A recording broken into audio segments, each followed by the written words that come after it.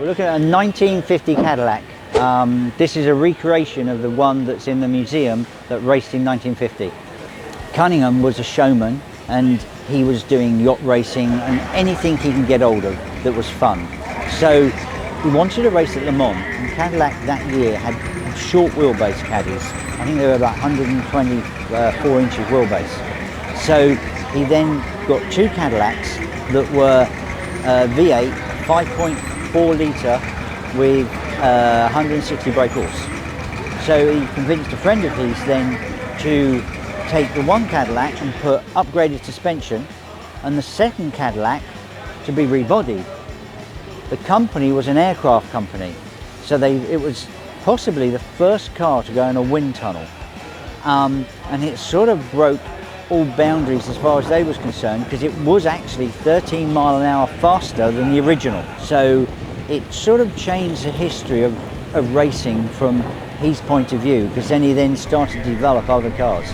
There's a number of reasons that the car had leaps and bounds, because Cunningham, after this car, then built the C3, and he started a manufacturing company. So he built, I think it was 33 or something cars. I started building the car, and the idea is to build it in the way they built it. Now I've got no special tools, so building it and even doing the bodywork, I'm not an English wheel specialist, so literally everything was done by hand, and building it was for me as much as exciting. I spent 5 months building the car day and night, from 6 o'clock in the morning till sort of midnight, 7 days a week, because I wanted to build it, and the time scale they built it in 1950 was 5 months. So I built the car in 5 months and then went to Le Mans to race it. So the car is like one of my children, but everything from the body panels to painting it to building the seats, even the little hinges, everything I've done myself. The revs gave me a lot of measurements, but not blueprints and no laser drawings and everything else. So what I'd done, I had a photograph of the original sideways, and I built a giant projector that was 20 foot. So I had a screen that was 20 foot long, 8 foot high, and then I put the projector and put a drawing in the night time, or a photograph on the screen, and then I drawed around the whole car. It was like numbers, drawing by numbers.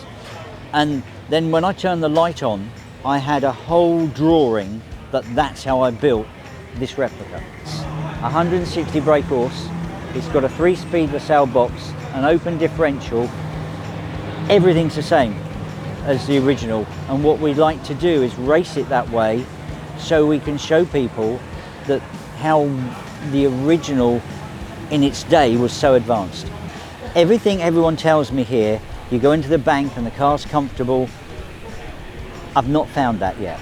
The car coming off the bank, on the bank, the chicane over the other side, had a spin yesterday, and and I'm slowly getting the hang of it. We had tyre pressures going up on the left hand side front that no one else has come across, up by 12 pounds. So all the tyre pressures are so different to every other car, and I've only got 2 speeds, so on the bank and etc. coming into that, it takes so long to change gear, and at the moment I've only done 30 minutes.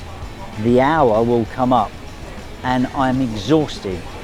You're on the steering all the time, it's heavy, you go into the bend and it doesn't turn in, you're having to sort of fight it all the way, but it's challenging, but you get such a buzz from it to feel that I'm doing something that the guys in the early days have done, and they did every day, so I'm humble for that. I have raced at Le Mans, I've raced at Spa, I came into the stadium, I saw the bank, and I thought I needed to go to the toilet. The bank, the whole setup is amazing. It's like another dimension from racing. For me, I was scared stiff, and everyone's saying tyres on the pressure, the back tyre, etc. And it's challenging. I'm trying as hard as I can to do the speeds I can. We're 1950. I'm going to be last. I'm the biggest. I'm the heaviest and the slowest. But I'm trying as fast as I can to do the times we're doing, and for me it's such an experience to be allowed to race here for the HSR, to say come and race. I'm 1950 and most of the other cars are like 65 onwards, and it's such an honour to be here and to support the Revs Institute, and I hope the crowds just love it.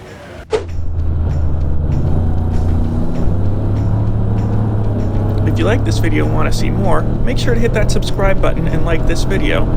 And to see more stories like this, visit us online at classicmotorsports.com.